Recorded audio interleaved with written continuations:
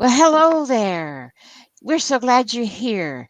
I'm Lady Lou, the baby boomer babe, and we're here today on our daily Reset for Success show.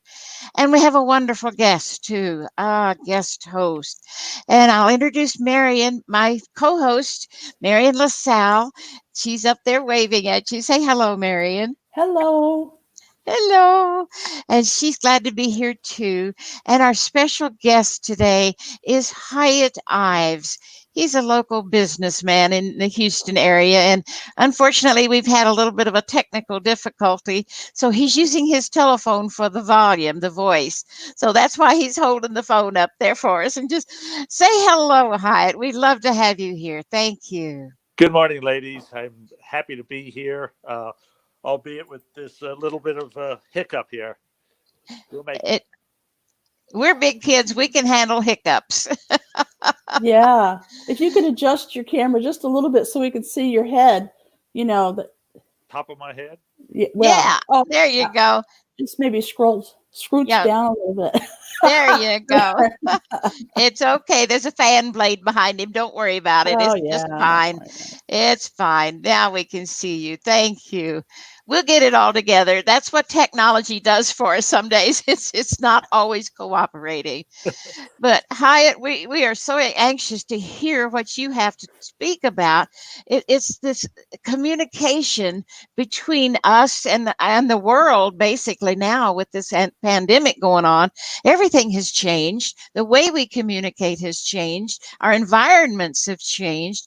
So why don't you give us a little background first on who you are and how you serve your community? Well, I'm in the business to business marketing realm, and I have been in this marketing communications world for about 40 years.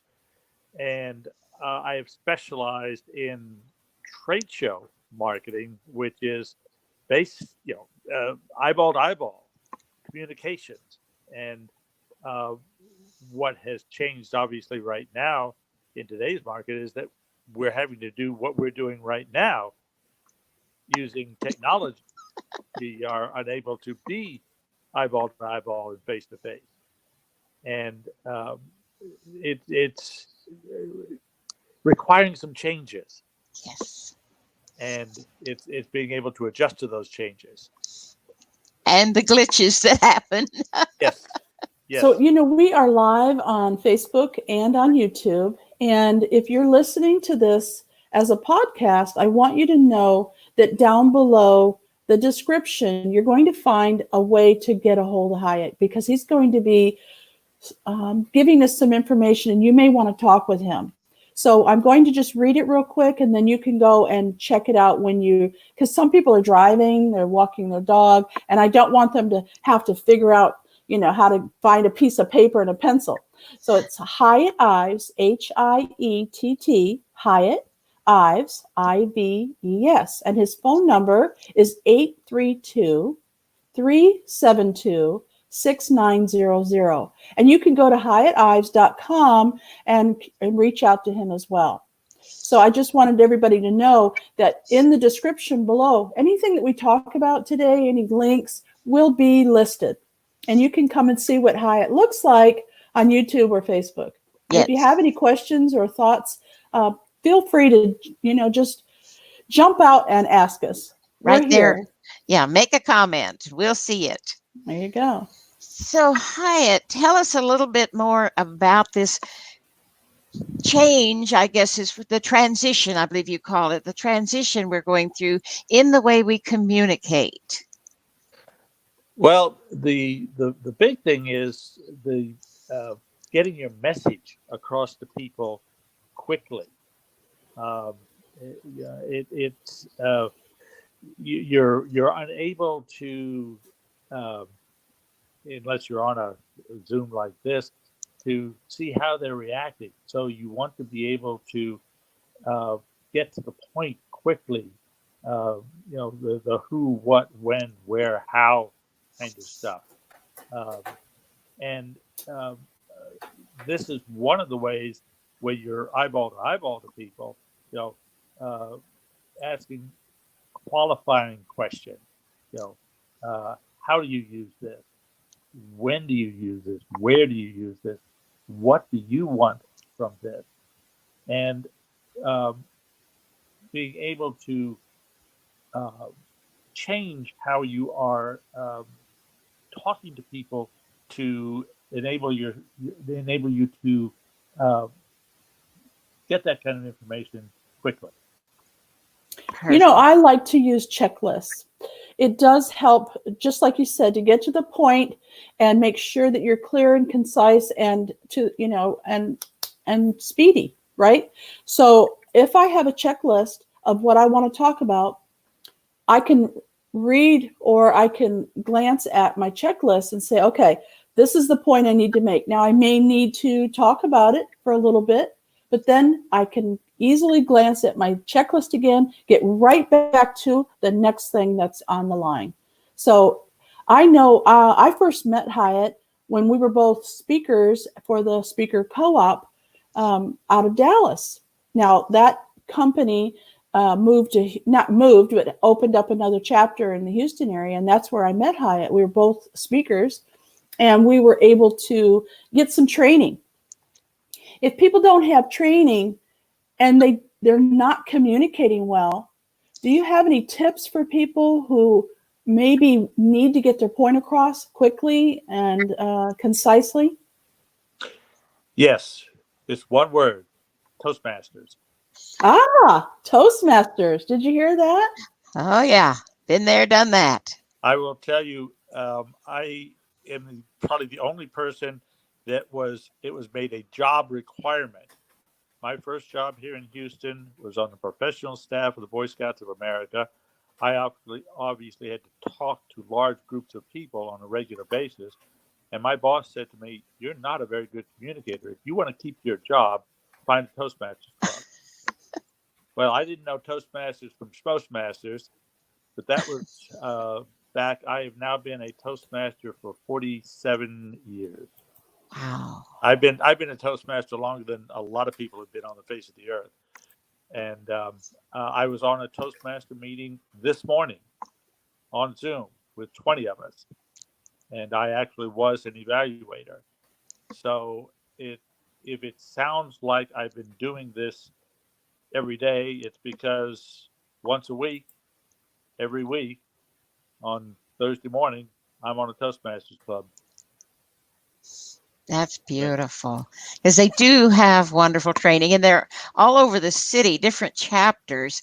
But of course, right now, you'll probably have to find them online, but they are online, right, Hiett? I yeah, like that. yeah, my club, Magic Circle Toastmasters Houston, we are this is our third week as a virtual meeting, and as I said, there were 20 of us on this morning's meeting. Perfect. Now you're in Houston, and you were, what chapter did you call yourself? Daybreakers. Daybreakers. Okay. So if we wanted to join you in Daybreakers at Toastmasters, how would we go about doing that?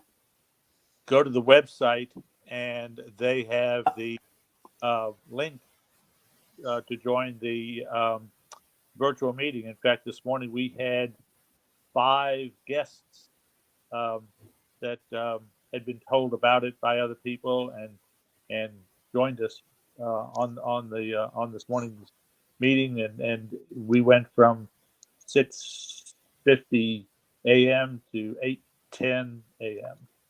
Wow. So just go to I have that link Toastmasters. down below. Oh, you found it. Toastmasters.org. Yeah, Toastmasters.org.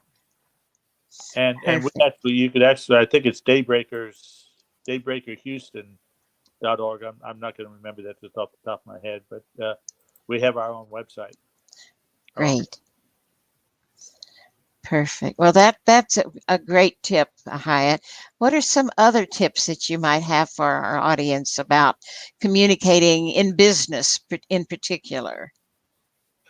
Well, as Marion said, know what you want to communicate with them when you get with them, and have a mental checklist, and ask for their feedback.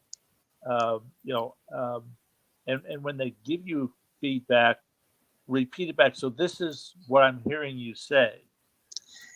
It makes them feel you are actually, well, that you are listening to them, and if perchance you misunderstood something they said, I'll give you another perfect example.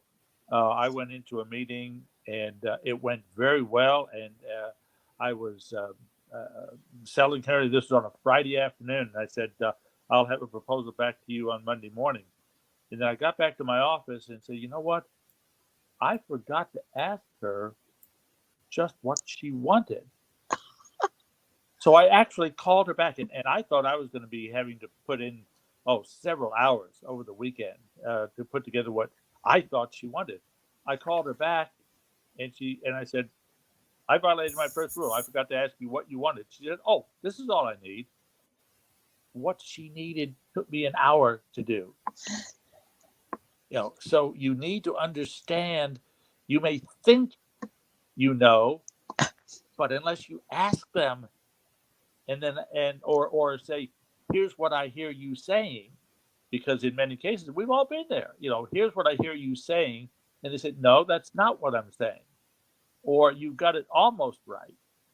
So when you're communicating with somebody, use you've got one mouth and two ears, and you want to listen as much or more than what you talk, even if you're trying to sell Yes. Yes. I think that's why God gave us 2 ears instead of 3 or 1. them.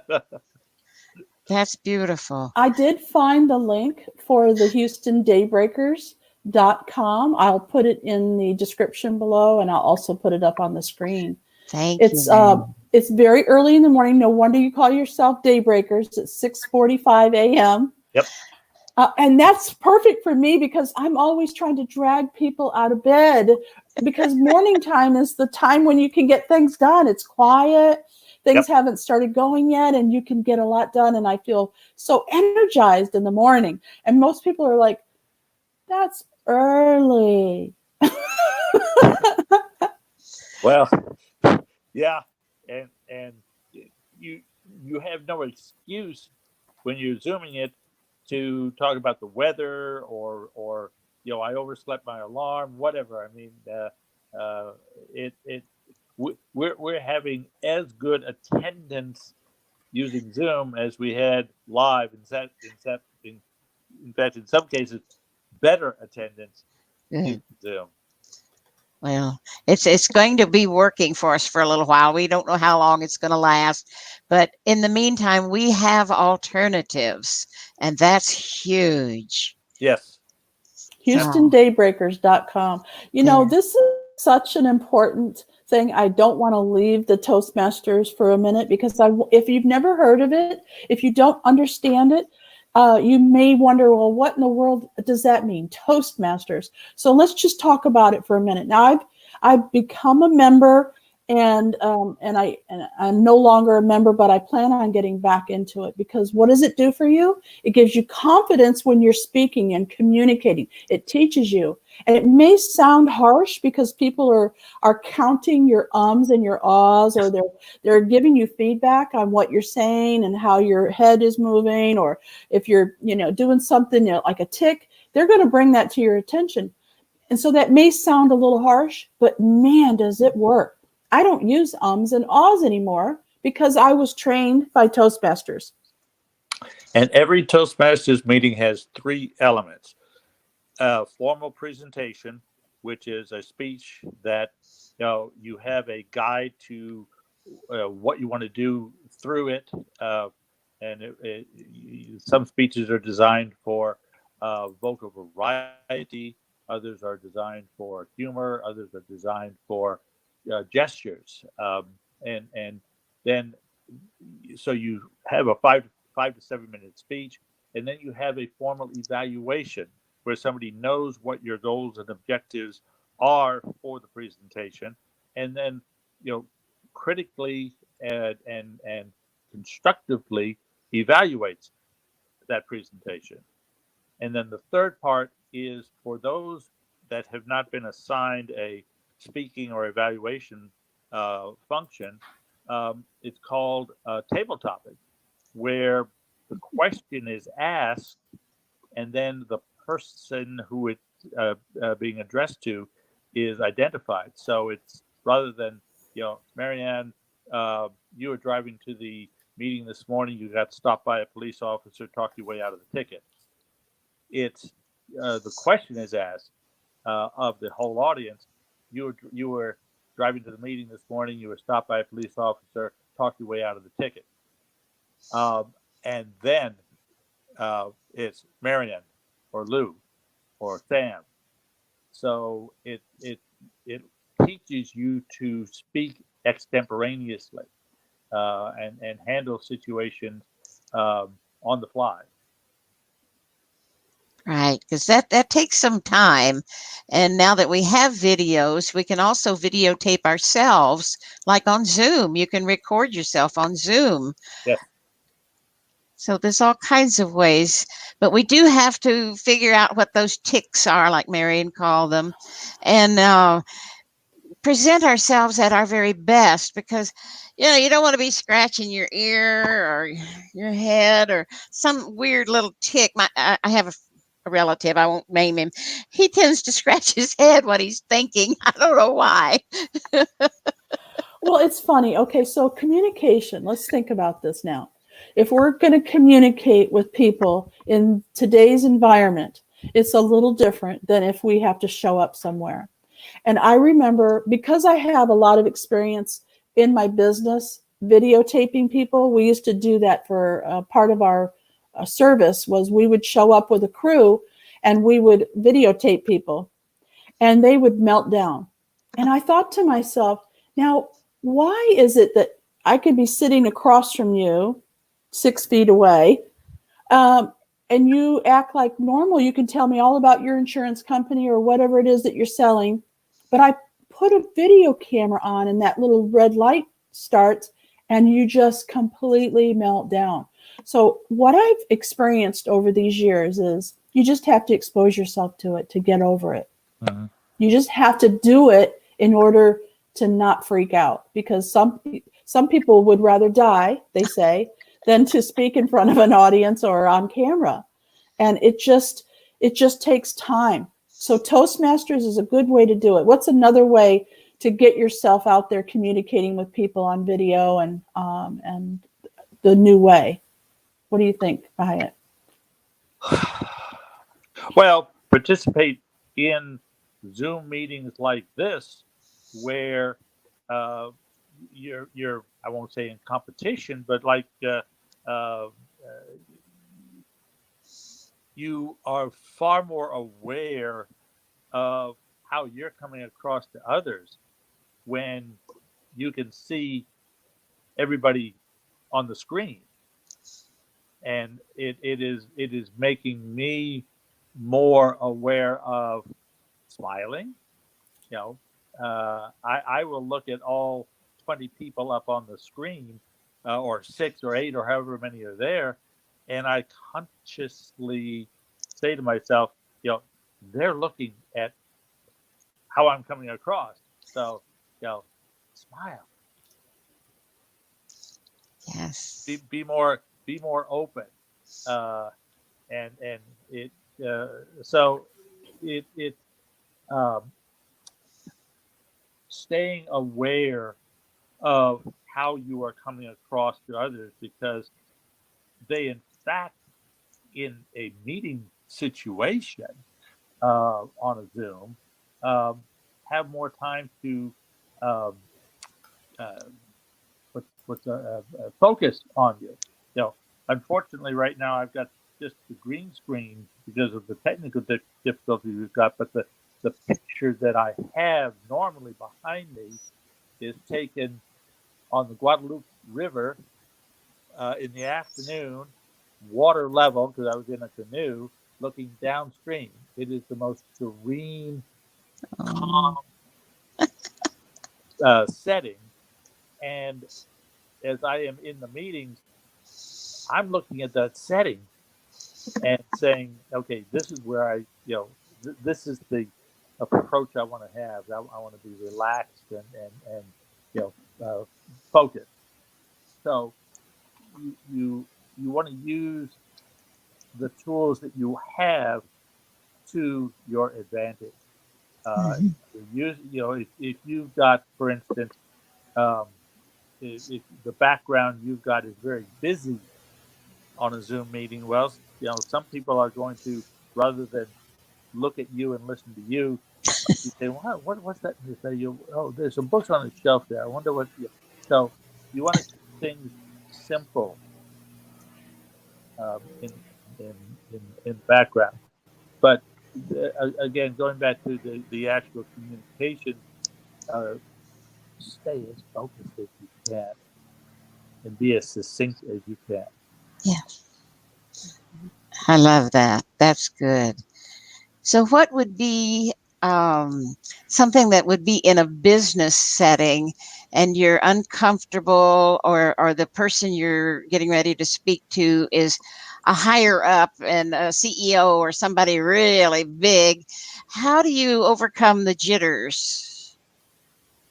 Relate to them. And again, getting back into normal settings, if you're in their office, find something that is personal in their office and ask them about it, or ask them to tell you about it.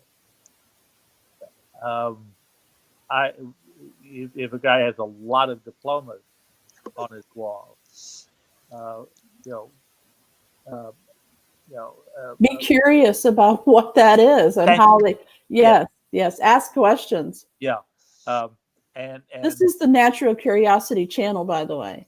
I, So we're just naturally curious about everything. So, what is that on your wall and how did you get started? And yes, I yeah, agree yeah, with that. yeah. Lady Lou, what about you? You're a really good communicator. Written form, verbally. Tell us how you learned those skills. Trial and error, foot in mouth, you name it. I've been there, but you just keep on going. We have bloopers on our show all the time. One day, well, it was just recently, I was supposed to open the show, and Marion clicked us on, and we all just sat there. I forgot I was supposed to start talking. So I had to make a funny out of it. You do, you just laugh with it. It happens to everybody. So if you're going to sit there, oh my God, I make a big mistake, and you crumble, no, make a laugh, joke out of it, and say, "Oh, I apologize. That was my thing. I did that wrong." Be honest and be yourself. I That's my all I've ever done, and just keep doing it. You got to keep moving. Yeah, yeah, absolutely. And as you do it, you get more comfortable with it. Yes. There you Uh, go. the fact that I do meetings like this, the fact that this one went technically downhill, All right.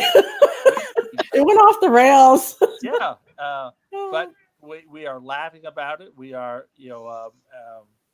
we know how to handle it. It's as Lou said, trial and error, and keep getting up and keep getting up and keep getting up, and it people can relate to that. I have Yeah. a funny story about when I first started. So I was brand new in business and I didn't really understand any of this, hadn't been to Toastmasters yet. And someone asked me to be on their radio show. So I was like, okay. And they were going to allow me to do it from home because I did have a microphone and a good ear set. And so we tested it ahead of time and it sounded great. So they were going to let me do it on the phone. Okay, it's radio. No one can see me. No big deal. I know my topic. I'm ready to go, right? And I can hear them getting ready to introduce me, and I can feel my heart start to beat. I can hear my heart beating. I'm starting to lose my breath. I don't know where it's going, but it's leaving. And I'm just melting down over there. And 3, 2, 1. And Marion, you're on. Oh my God. I thought I was dying. I thought, okay, this is the end of the world. I couldn't breathe.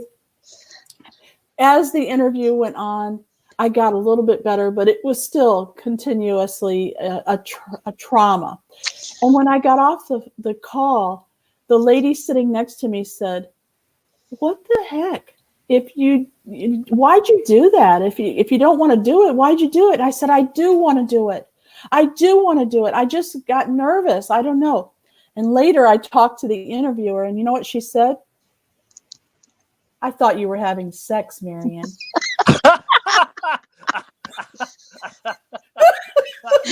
On the radio. Too much information. Because I was hyperventilating, you know? Oh my goodness. Uh-huh. Yeah. But that could have stopped me. That could have stopped me from my communication going, out to the world. But I didn't want it to. I kept going because I really wanted it, even though I was panicked and traumatized. Best speakers in our Toastmasters Club tells the story, and I was there when it happened. The first 4 or 5 meetings that he came, he couldn't even get in the front door. He sat in the parking lot of where we met. And finally, after a month, of doing that every week, he said, this is ridiculous. And now he's an international public speaker. There you go. Let me relate something here real quick on Zoom meetings. My camera is lower than it should be. Correct. Bending forward simply because if I don't bend forward, if I you're looking up my nose, and Yes. that's not good. Before you go on to a Zoom meeting, you want to make sure that the camera is eye level or above, so you're looking a little up at it. That's right. Because if unfortunately we've too many of us have been in meetings where this is how it looks. Yeah, it's true. And because normally when I'm using this, I'm back here like this, so it doesn't really matter. But in order to fill, to do this correctly, I need to be up here, and that means the camera needs to be. I agree. Now, Hiett, I know you're involved in a brand new television show, and Yes, it's called. Tell us what it's called and how you got involved. Okay, it's called Boomer Connection, and a gentleman by the name of Earl Hurd, who has owned and operated a magazine for about 37 years, has decided he is 77 years old and he wants to give back. And he has researched the fact that the boomer generation, the baby boomers, watch 4 times as much television as anybody else. On average, most people will watch a little over an hour a day, and boomers watch almost 4 hours a day. There's not enough programming for them. So he has put together Boomer Connection, which interviews prominent seniors, successful seniors, both about how they got to their success and then what they're doing with it and how they are looking to influence others. And we have the inaugural episode on TWTV, Channel 39, a week from Saturday on the 25th at 11 a.m. And it will feature Zena Garrison, the former Olympic champion and professional tennis player. It features a gentleman that started the Sailing Angels,